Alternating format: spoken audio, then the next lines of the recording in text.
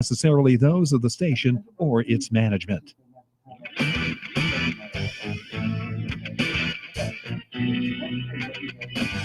This is the Joe Mangiacotti Show.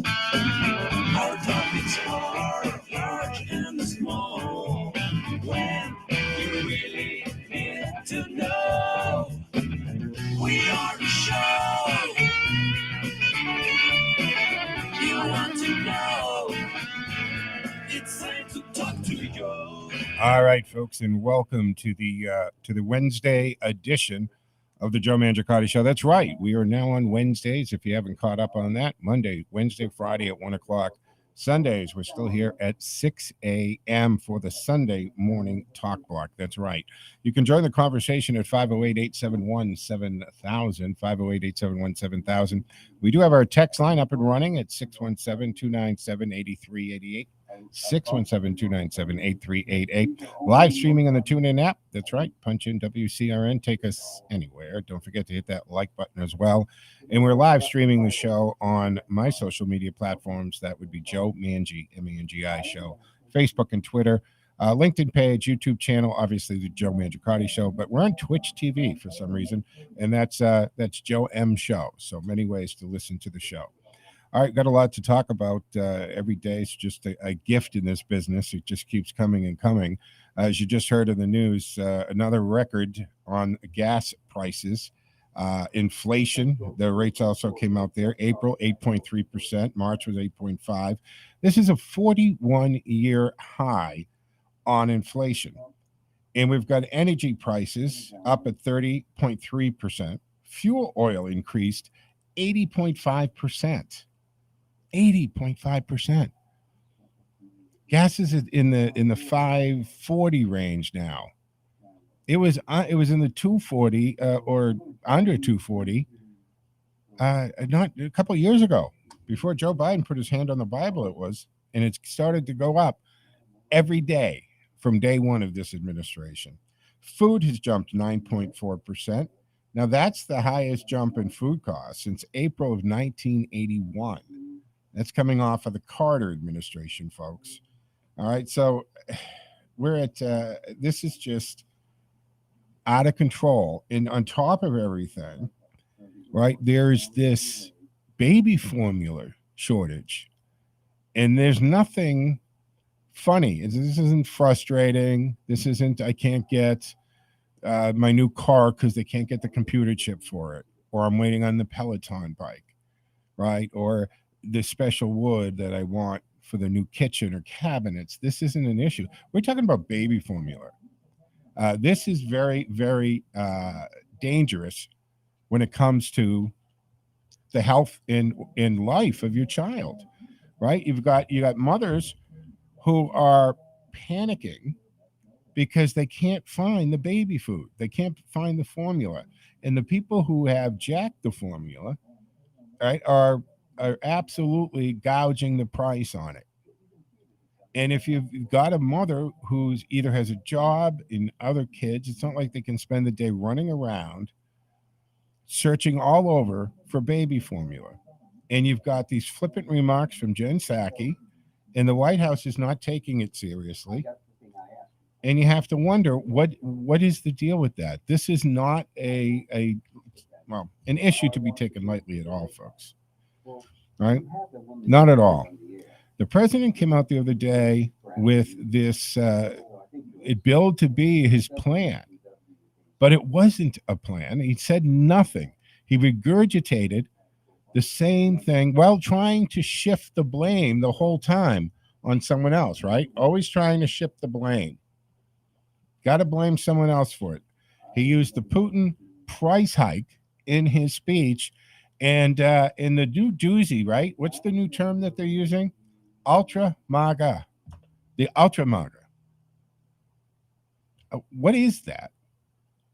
First of all, anyone who's pro-Trump policies, pro-person, considers themselves, they're going to wear a MAGA cap and all that. If you call them the Ultra MAGA, they're going to go, oh, that's cool. Do I have to pay extra to belong to that? I mean, it's not the insult he thinks it is. And what does it mean exactly? He has to blame the Republicans. He has to blame somebody. He cannot take the responsibilities for the failures of his actions or lack of actions and policies. He was asked in the press release the other day what he thought about that and his policies. He says, well, they're working. And this made me think, because I've thought about this many times before, folks, right?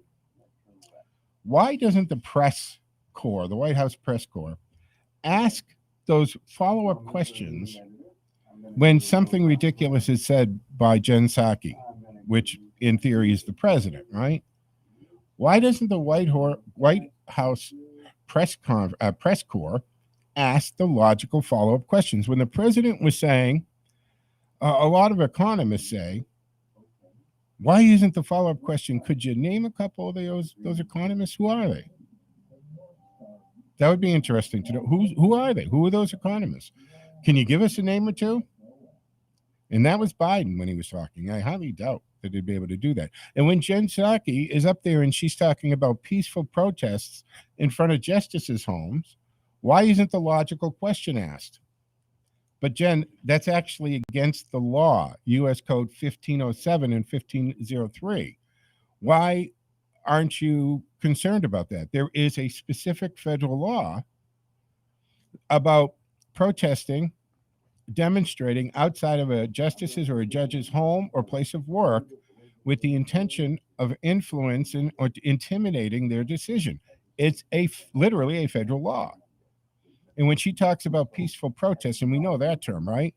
We listened to a whole summer of peaceful protests. Well, literally buildings and dumpsters were on fire behind the reporter saying these are mostly peaceful protests.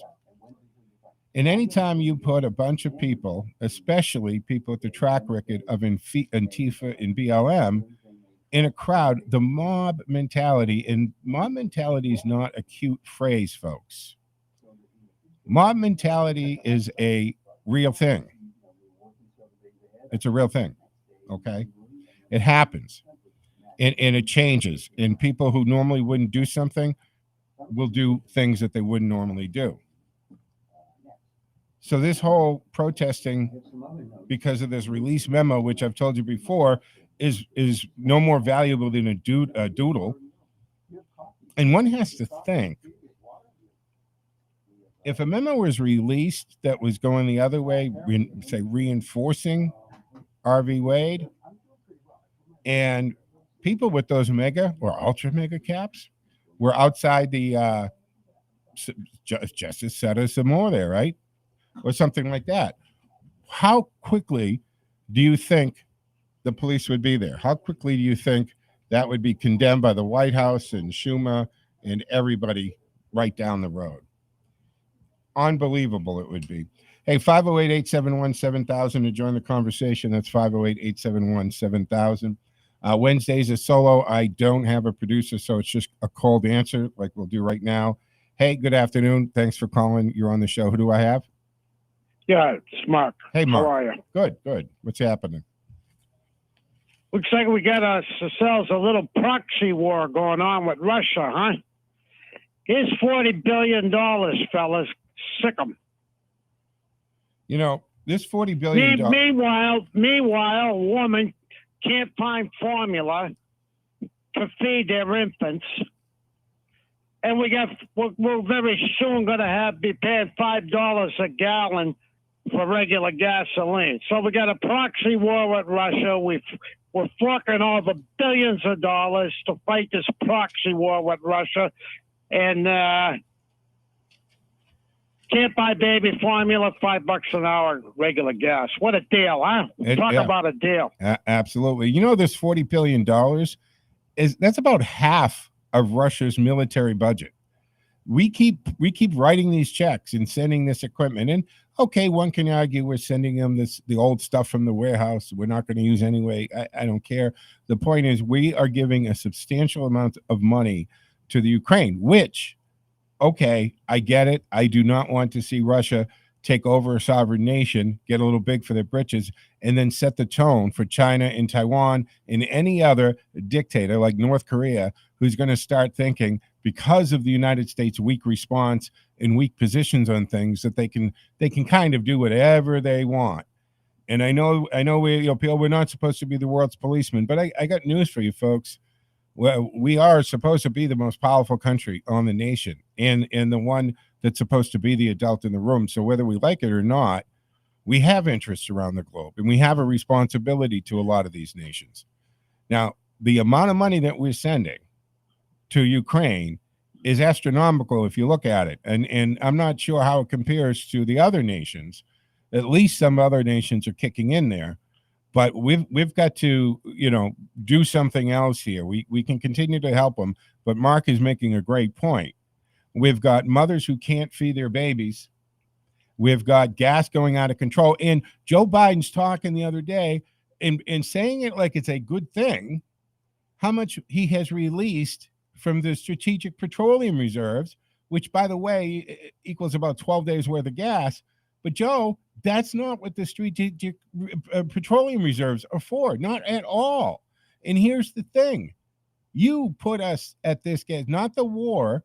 Gas started to go up the day you put your hand on that Bible and took the oath. Gas started to go up because of your policies, because you took us from an energy exporter to an energy importer. And if you left everything alone, which would have been the smart thing to do, you should have given it 6-8 months. Let me not change anything and see how things are going, right? The border would have been more secure. We would have continued producing gas and oil at a rate that made us an exporter, which would have stabilized our economy. And we would not have, hopefully, you would not have kicked out trillions of dollars. And so much of that money ended up going. I personally know people, I don't know about you, Mark. I know people who said, I didn't need the money. I was still working. I was working remotely. I was getting the unemployment. I didn't need these stimulus checks. Plus, we give the stimulus checks to to prisoners all across the country got it. I don't understand why that needed to be done.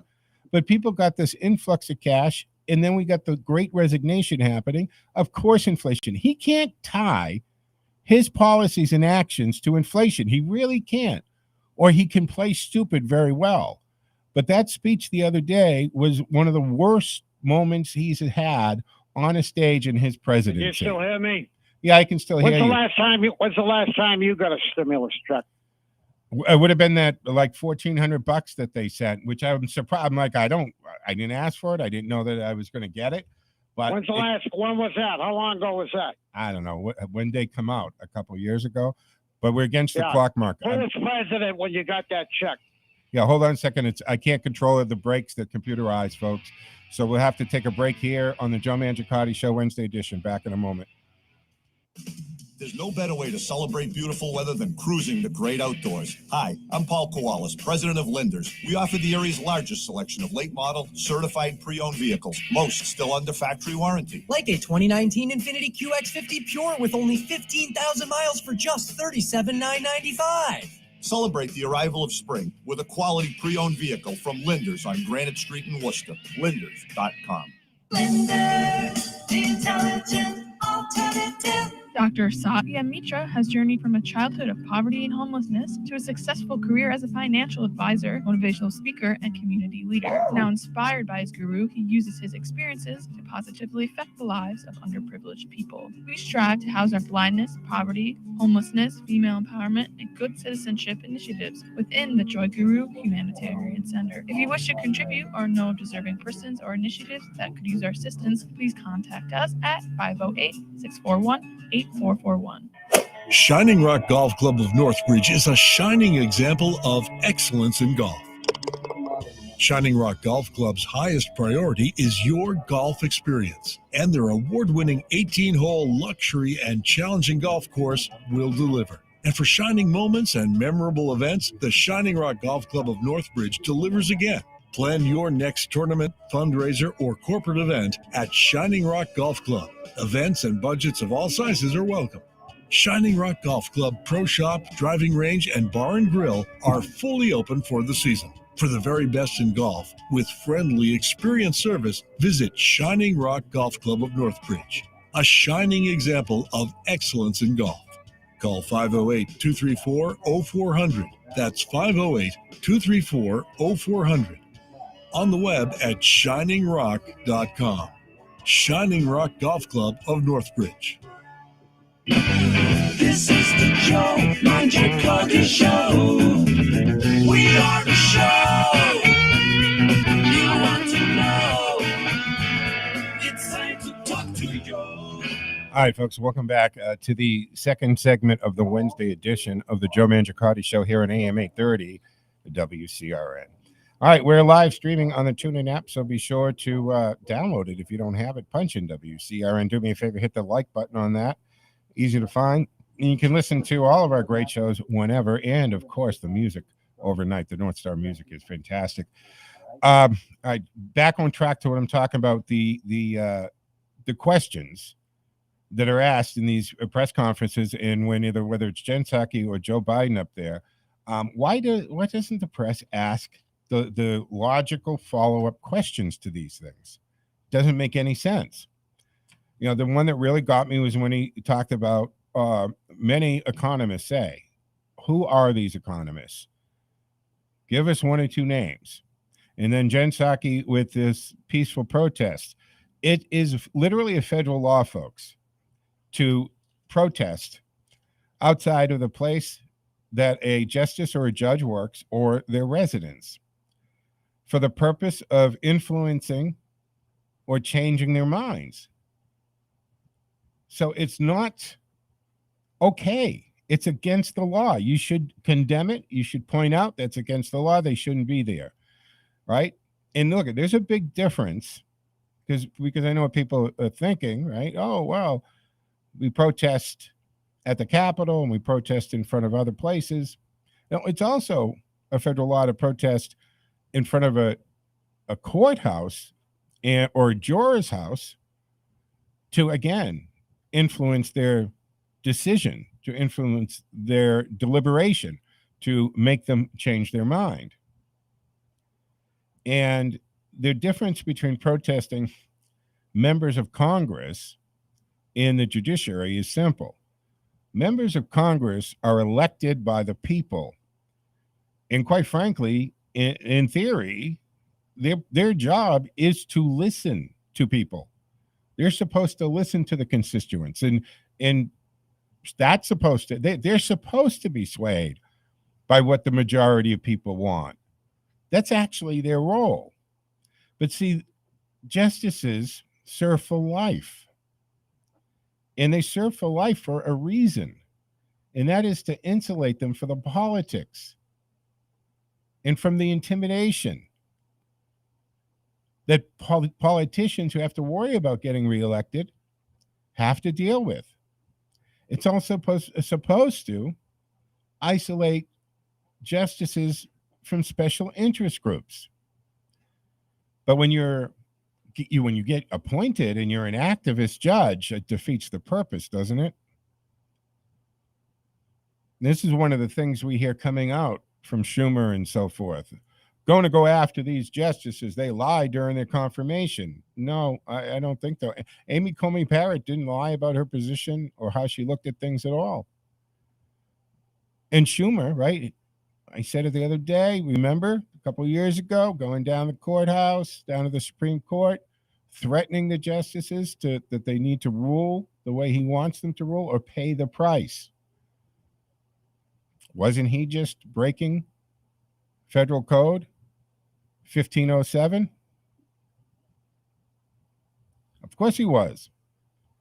He was threatening the justices to vote the way I want you to vote or else. So justices are appointed for life. They don't have to run for re-election. They're supposed to be nominated by the president with the blessing of the Senate, and that's it. So they don't have to deal with special interest groups, raising money, having to owe anybody anything. We insulate them from the politics and from that intimidation. And it also, it's in the, we can't reduce their pay either.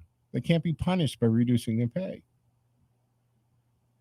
But the left is losing their minds over this leaked document.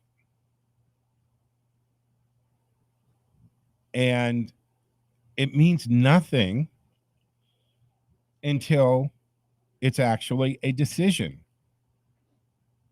So on that alone, we know that it's totally political. Why else release it? And I went through this on one show, how I would look at it from an investigator, and it doesn't seem that the marshal who's been told to check into this and find the culprit has gotten very far. At least we haven't heard anything about it. But you have to ask yourself, why now is a memo or a draft, as far as I'm concerned, and there are notes on a paper, it's a doodle, it means nothing until the justices sign off on it. Why is it released now that was written back in February? Do they think that it would be the most damaging, that they would be able to leverage that the most to gin up the Democratic base and tell them that we need to have Democrats in Congress. We got to keep the White House. We got to stack the court. We got to force some of these conservative judges out so that we can put our people in, our activist judges. You've got Mayor Lightfoot in Chicago calling to arms. Listen to that. She's calling to arms. She's telling her LGBTQ friends, you're next. This is just the beginning. They're going after gay marriage, interracial marriage. Where do they get this stupidity from? Now, this is Mayor Lightfoot, who in her city, this Mother's Day weekend, this past weekend, had 32 shootings. 32. Guns went off in that city and 7 people died. 32 shots, 7 people died. How about you pay attention to that? Call to arms your concern about those 7 lives lost, about the fact that there were 32 shootings in your city. And if I were a betting man, and I'm not usually, do not like to lose money, how many, I would bet that the majority, if not all, of those 32 guns that were fired are not legally registered, legally owned, and maybe they were legally purchased and legally owned at one time, but I doubt that the person who fired them or the people who own them or bought them and registered them, if they still have serial numbers on them. But that's what happened in your city, lady. Maybe that's what you should, because, you know, that's a real thing that happened this weekend, this past weekend, Mother's Day weekend, not a doodle from a justice from months ago, which carries absolutely no weight at all today. A Supreme Court decision or ruling doesn't matter until the justices all sign off, and some can dissent. And those that dissent write their own opinion. And as far as we know, Alito's decision or draft, I should say, right? Call it a draft. How do you know that wasn't drafting the dissent opinion? Meanwhile, 32 people shot in Lightfoot City with 7 people dying. But her concern is to call to arms the LGBTQ community to get out there because you're next. Are you, though? The fear of violence on judges, but certain judges, right? They're going to be, they were outside of Brett Kavanaugh's house, and they're going to go out in front of Amy Coney Byer's house. They're not going after the justices they like, the justices they feel are activist judges on their side.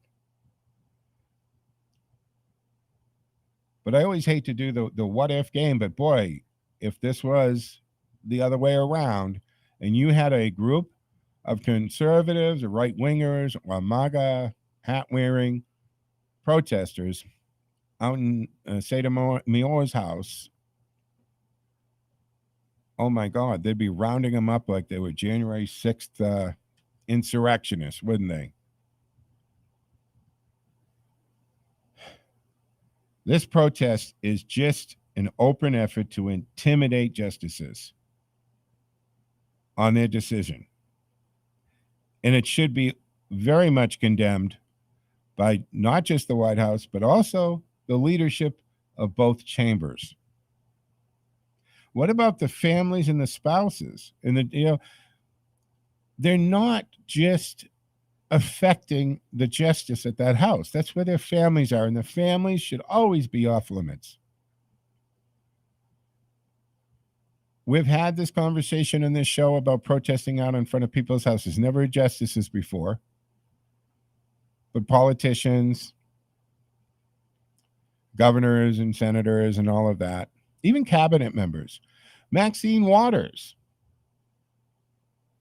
had that little impromptu rally there in California, and it's on video. You can Google it. I think you can go to my YouTube page. I think I saved it on there. And she's saying, back when Trump was president, if you see any member of that cabinet, you get up in their face. Right? Sanders, the press secretary, was the first press secretary in the history of press secretaries that had to have her own security detail. They ginned up these people and instigated them to go after Sanders and other members of the cabinet when they were out to dinner. When they were just out to dinner. Rand Paul was attacked by his neighbor, is seriously injured. And of course, we have the shooter at the ball game that was a Bernie Sanders supporter, and Representative Congressman Scalise almost died. And if it wasn't for the fact that there happened to be a couple of security officers from the Capitol, congressional police officers or security officers, I'm not sure the officer's title they use, happened to be there because they were there with security. I think it might have been even for Scalise, but they wouldn't normally have been there. And if it wasn't for the fact that they were there, God knows what would have happened at that point. But folks, we need to take a break halfway through the Wednesday edition of the Joe Mangiacotti Show on AM 830 WCRN, 508-871-7000. To join the conversation, lines are open and available.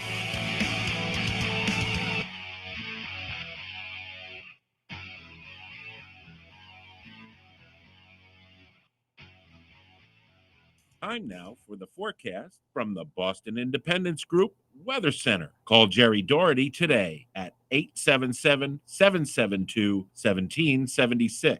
Retirement is within reach. I'm meteorologist Sherry Spear, here's the latest Boston 25 weather on radio 830 WCRN. We're going for highs around 60 degrees in the greater Worcester area today, but you will find that it's brighter and warmer the further north and west you go. For anybody that's traveling eastward or towards the coastline, we've got a pretty cloudy and cool outlook there, even a couple spot sprinkles at the coast this afternoon.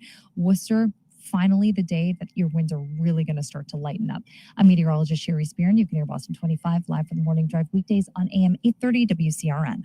Spring is in the air, and it's full speed ahead for your Worcester Red Sox. And tickets are on sale now.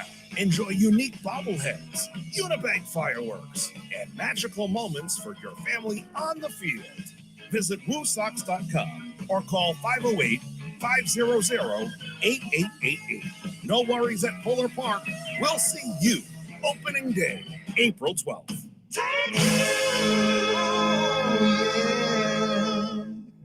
Chris Thompson here, station manager at WCRN. I need salespeople. If you're retired or a stay-at-home mom looking to make a few extra dollars, this opportunity is perfect for you. Work part-time, set your own schedule. It's fun. We provide the training you need to succeed. The only thing better than listening to Howie Carr is selling Howie Carr. If you're outgoing, not afraid to learn new things, and would like to earn some extra money, call me at 508-870-5803, extension 222.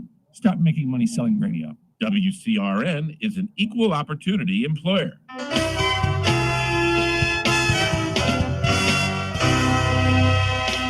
Focus on your health with the Frankie Boyer Show, weekdays at 2 on Full Service Radio, AM 830 WCRN. This is the Joe Mangiacotti Show. We are the show you want to know. It's time to talk to Joe. All right, welcome back for the second half of the Wednesday edition of the Joe Mangiacotti Show on AM 830 WCRN. 508-871-7000 to join the conversation. That's 508-871-7000. Teddy Goodpup in studio. You can hear him coughing a little bit here. He'll be fine. He's got some water. We're also streaming on my social media platforms at Joe Mangi Show, M-A-N-G-I, Joe Mangi Show. Just one more thing on this. There is a bill that has gone through the Senate already. It has to move to the House, but it specifically would provide protection for Supreme Court justices and their families on the same basis as the Capitol Police can protect members of Congress and their families in the face of threats. So the Capitol Police do exist there, right? We remember when I think it was Waters who traveled to Louisiana, and she took a couple of Capitol Police, and they pulled a couple offices from I think it was Alcohol, Firearms, and Tobacco, AFT, and then some other bizarre agency. She had six armed security people for her to go on this trip way out of her district. So the Capitol Police have a role. They are also there to offer, or not offer, they're ordered to provide security details for members of Congress when they go and make appearances, or when there's any threat, but also extends to their family. So this bill would give that same option to justices. So if they should ever be threatened like they are now, Alito's family's been relocated, security's been provided for them. But the bottom line is this leak needs to be investigated, and they crossed the line, and they should not have crossed that line, and they need to be prosecuted, and real consequences need to be handed out for what this leaker did. And you had some jamoke on the left, and MSNBC, I think she was, talking about hoping, whoever the leaker was should gladly sleep with them. And if they were conservative, she would happily abort the fetus and let him know. That is the type of maturity mentality that we're dealing with some of these people. And now Schumer is out there, and he wants one of these votes to be taken, and on a bill that would make abortion legal in all states with no limits abortion, meaning abortion up until the day of delivery, the day of birth, legal on all 50 states to prove some point. This guy is absolutely out of his mind. Remember that he had concrete evidence, and then he told us about the Zelensky and Trump conversation, and he made the whole thing up. But people keep electing him, right? They keep putting him back in, and he's off his rocker, guys. 508-871-7000 to join the conversation. All right, who do we have here? Good afternoon. You're on the show. Good afternoon, Joe. Hey, Ken. There's a long list of problems, aren't there, these days? Yeah, and longer than we can typically attack. You know what I mean? Yeah, but let's find the solutions. And what, if there were a effective and responsible administration in the hand, this is what they should be doing.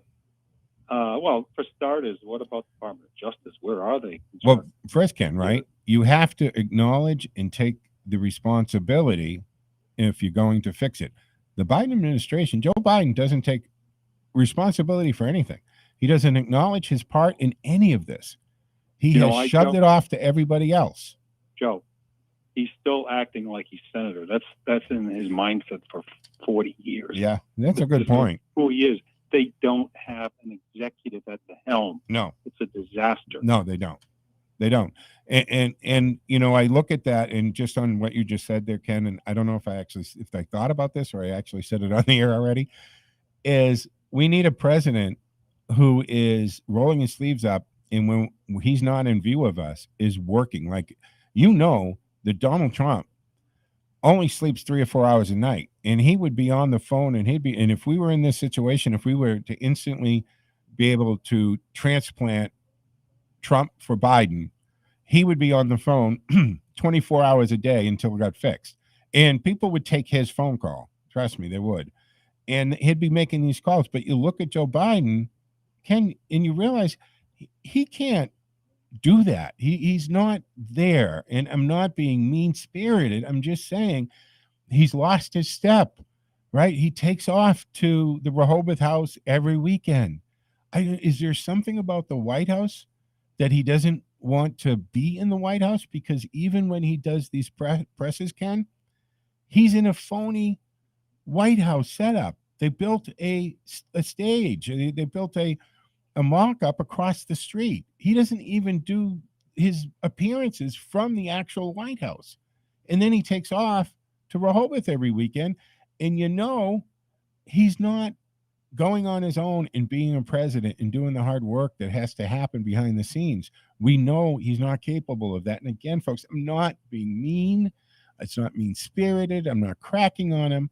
But in all seriousness, we've all watched him, even from when he took office and from when he left as VP. You see the decline. You see he's lost his step. And even in his best day, he wasn't the smartest senator on the Hill, Ken. That's by far. But Joe, let's take one of the issues that's really big right now. Is this baby formula? Yeah, this is bad. Even the press isn't doing its job. Do you know what's behind that? What do you think is behind it? I'd like to know. Oh, it's not a matter of thinking. It's first off, half of our baby formula comes from, guess where? Yeah, China. You got it.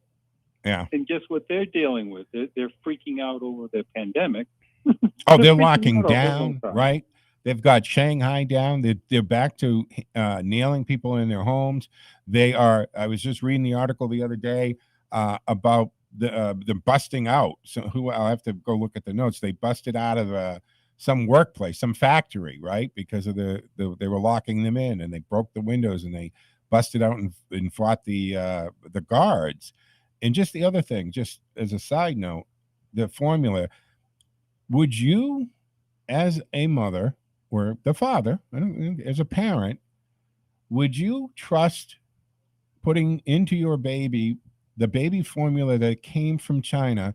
And I'm just saying, because I'm old enough to remember all of the incidences over the years, right, of the lead in the paint and the chemicals and the stuff that comes from China, and they don't have the same FDA and OSHA regulations and stuff like that we have.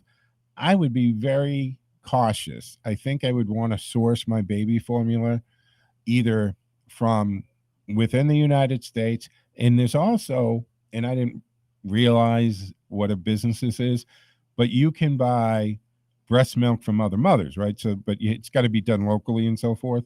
But there's a cottage business for that. But I don't think I'd want to put Chinese-based formula into my child, Ken.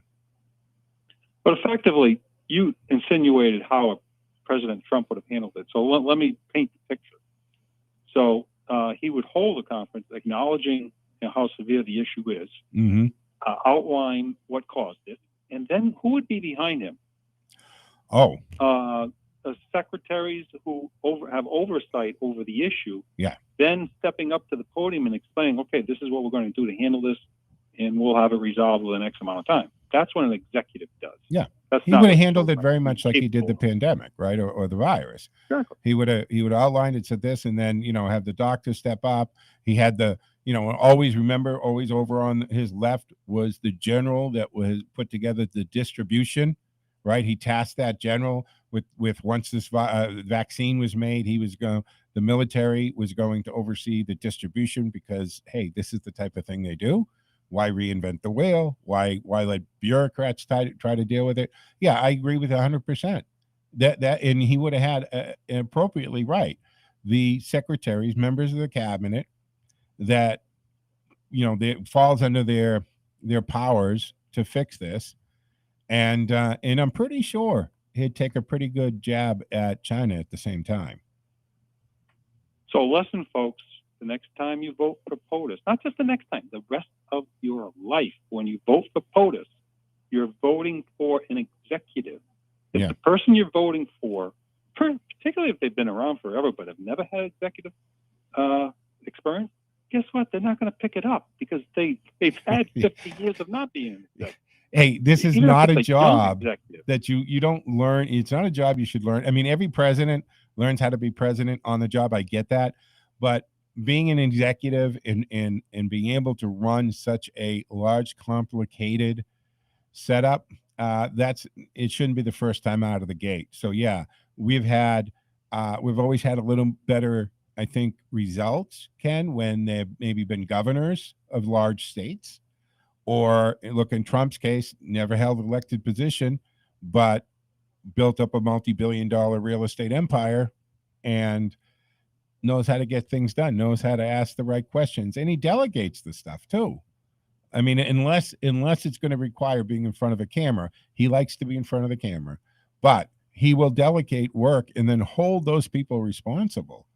And look at what happened. How many people were let go and fired because it makes me think of Elon Musk. I mean, Musk already put the word out. Expect a very heavy work day, right? He told them, he said that about 1,000 people are going and expect to work as hard as he does. That's going to, for workforce that needs days of rest every once in a while, they needed days of rest when it was announced that he was going to buy it. Right? They needed they had days of rest when Trump got elected. They had counselors come in. Remember all that? Vaguely, yeah. Yeah. It's nuts. All right, we're running against the clock. Anything else, Ken?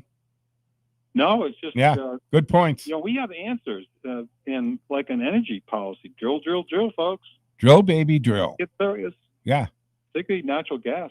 Yeah. And the fact that he tries to put it against these oil executives who they're the ones that have to put out billions and sometimes billions of dollars in research and drilling. You got to drill down 20,000 feet, then you got to drill horizontally, right? You got another 10,000 feet. And if you tap a dry well, you could be out of business. And you're all doing this with an administration that has clearly stated that they are at war with the fossil industry.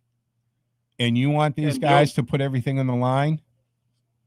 Joe, they're pretending to give them the green light with these leases, but there's like 5 different other regulations along the way that they put worse roadblocks. They don't want absolutely energy. Again, Jen Psaki's so full of it when she says there's 7,000 leases, but she doesn't talk about all the contingencies. But Ken, I'm against the clock, folks. The way to do it now is it's computer runs the show, so it's not like it's a floating thing. I got to take it when I got to take it. 508-871-7000 to join the conversation. Those things we most cherish are all put at risk through the improper disposal of mercury in everyday items. Fluorescent lamps, thermometers, thermostats all contain mercury. Mercury Recovery Program is designed to assist your community in the safe disposal of this heavy metal. For more information about where to dispose of these products, contact your local Board of Health, Department of Public Works, or visit our website at keepmercuryfromrising.org. Working together, we can keep our environment safe. Attention all contractors. The Massachusetts Mercury Management Act makes it illegal to improperly dispose of old thermostats in the trash. They contain mercury that can be harmful to human health and the environment. Building and HVAC contractors, plumbers, and electricians, please properly dispose of all mercury thermostats. Contact your local health or public works department for information on where to safely dispose of thermostats in your community. Visit online, keepmercuryfromrising.org for details. Brought to you by Win Waste Innovations. Performance for the planet. In a world as crazy as ours, isn't it nice to know there's one place you can visit for hours at a time to get a dose of reality, to find out how the other half is doing? Welcome to the radio home of Howie Carr. That's me. Visit anytime between 3 and 7 p.m. weekdays.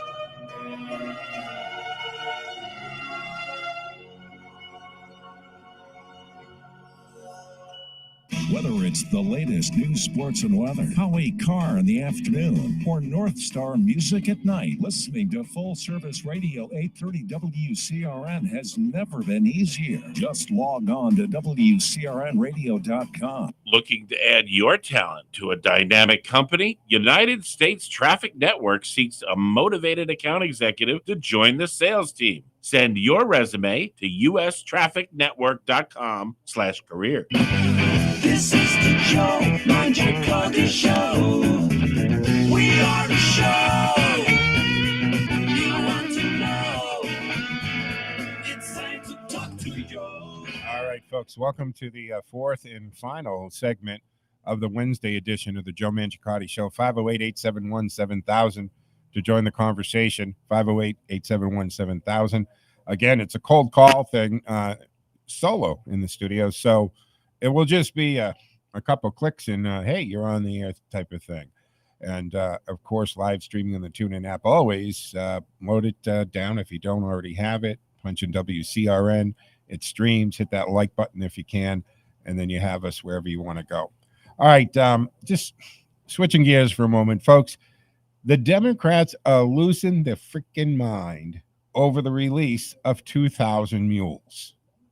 Right? This is the film they did not want made, they do not want out there, and they are absolutely losing it over it. And the discredit campaign has already started, right? They're telling that it lacks hard evidence of election fraud. Really, you got to watch it, and you decide. It says the film 2000 Mule uses flawed analysis of cell phone geolocation data and ballot Dropbox surveillance footage to try to prove election fraud in the 2020 presidential election. But they did. What they're saying, trying to discredit, actually reinforces it. This is the same cell phone data technique that the very same government we're talking about here used to be able to tell who was inside the Capitol on January 6th. The exact same process, same kind of data, same algorithms, same techniques and technology used for that is what was used in the movie. They spent over $2 million purchasing the raw data, the cell phone data, right? Going after the cell phone place, the GPS data. They used that to, first of all, find everybody that showed up at the exact location of a Dropbox. And these things, I told you, this data can put you 12 to 18 inches.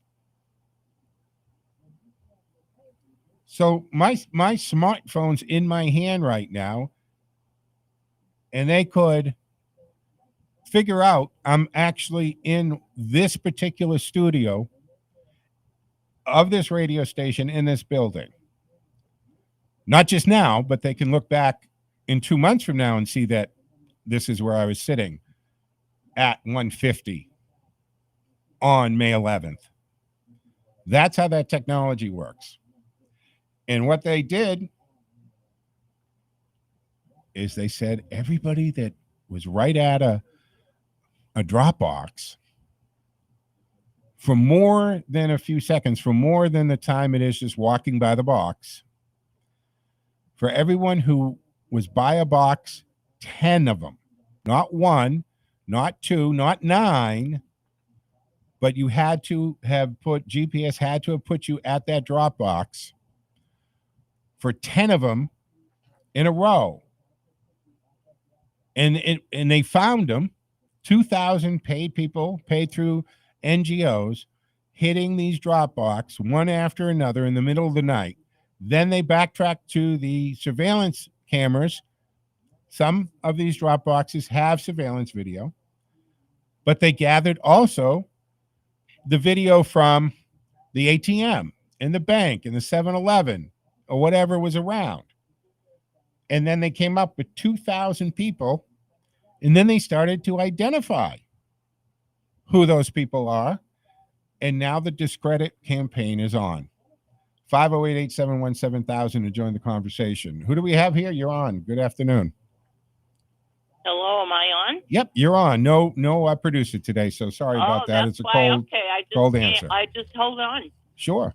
Sure, you're talking about 2,000 mules. Huh? I am talking about 2,000 sure, mules. you know, I call everybody and their brother, and I tell them the name of it and who did it, and to watch it. So, but see, my husband and I already knew because that was already long time ago. If you followed Fox News forever and a day, you already knew about that stuff anyway. Yeah. Well, the thing there right now. Not the fake Fox News, you know. No. But when the movie came out, what they did, right? You had to go online, find out where it was, and then either get a ticket or digital ticket. Then they would tell you where to go. And I didn't realize this till I read the article. They didn't have big signage up. You wouldn't have found any posters. When they released the movie this past weekend, it was you were told where to go. In the ticket clerk, you just show them the ticket, digital or otherwise, and then they would have admitted you in. In other words, they didn't put up big signage and big posters. They did not want to draw attention to it because they knew that maybe the same thing that's happening at a justice's house could happen where they were showing the movie. Plus, the timing of the leak is suspicious in itself, by the way, right? They released this thing from the court from 2 months ago, which has no bearing, no legal bearing whatsoever, right? Just wanted this loud noise. And I think part of the timing had to do with drawing any attention away from the release of 2,000 Mules. What do you think? I think they still have it all figured out, and our votes won't count ever again because there's too much money and too much power, and we all know who they are, and you're not going to beat them because they're all, I call them people who are in the cesspool. The swamp, right? Yeah. Now the cesspool, I like that better. Okay. Well, go ahead. Well, the thing here is, we're already joking, right? They're already joking about what they call the midterm variant, right? Everybody's already talking. Hey, you know, all of a sudden we're going to hear another variant, but this, and unlike in nature, every variant of a virus gets weaker and weaker. Everything else. But they're going to probably come out with this variant that's horrible, and they're going to want to impose the same COVID rules and regulations they did in 2020. Well, you know, that's the whole thing. They talk about everything but what we want to hear about. And Biden, forget it. You know, he doesn't run the show anyway. Right. He's out in left field. We knew that a long time ago. We see him on what he does on Fox News. I mean, if you watch him, which we do, it's ridiculous, and we've got neighbors, and they have seen him on Fox News, not the fake one. And, you know, what is he doing there to begin with? That's why they put him in, because, you know, to be controlled like a puppet. Yeah. All right, I'm going to have to let you go because I'm coming up against the clock, and we're wrapping this up, but good call and good points. Thank you. All right. Bye-bye. All right, folks, that's going to wrap up this week's edition, or the Wednesday edition of the Joe Mangiacotti Show. Tomorrow morning, Thursday morning, 10 o'clock, right? Political Thursday with Jerry Doherty. I'll be here with him as well, and then I'll be back Friday afternoon at 1 o'clock for the Friday edition of the Joe Mangiacotti Show. Make sure that you check out tjmshow.com. That's the website, and we put all of these shows as podcasts up onto TuneIn and Spotify and iHeartRadio and the TuneIn app, all of those up as a podcast. So you can listen to any of these past shows as well. All right, folks, enjoy the rest of your day. Frankie Boyer coming up at 2 o'clock. So join her, and I'll be back tomorrow morning with Jerry Doherty.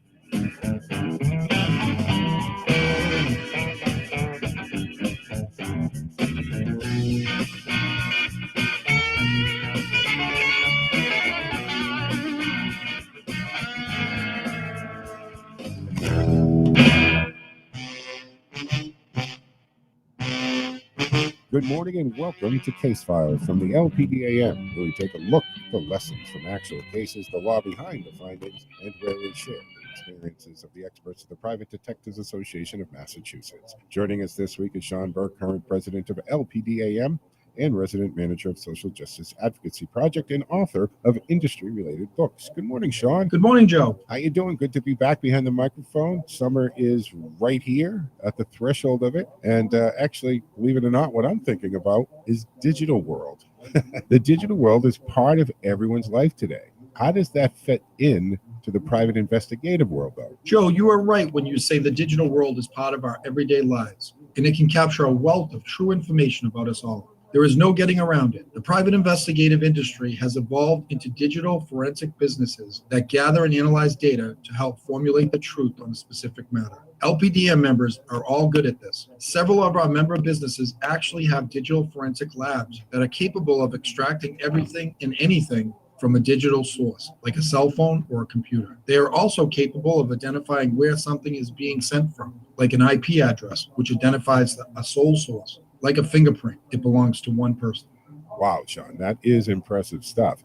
What goes into a digital forensic lab? Joe, it's a major investment on the behalf of a private investigative business. There is a lot of training that goes into being certified or capable of doing digital forensics effectively. A serious investigator must be invested in their business and industry. For example, a simple sign of this is being an LPDM member, which requires both. This world has a wide net of services, so an investigator should define their forensic lab's purpose. This helps the consumer to know what product that they are going to get, what those expectations are, Joe.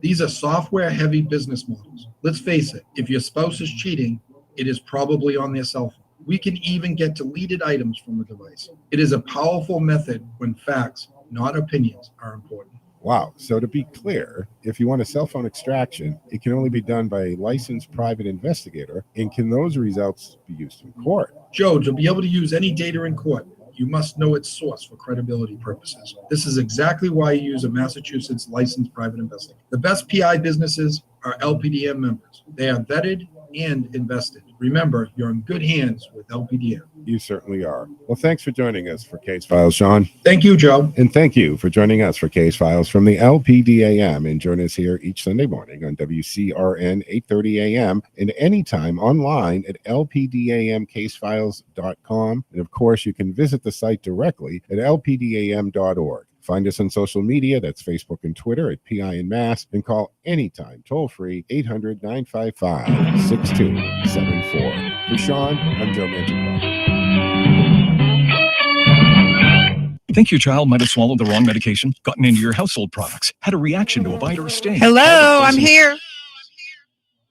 Hey, Frankie. How are you, Joe? I'm good. Your doctor's already online. Let me bring him up for you. Hey, Doc, Frankie's on the line. Hi, Doctor. He's there. Hey, Doc, Frankie's on the line.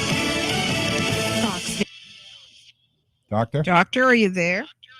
Yes, hi, I'm here. Can you hear me? I can. Thanks for being with us. We'll be on air in just a few moments. Sounds great. Thank you. So excited to have you. Thank you so much. Okay.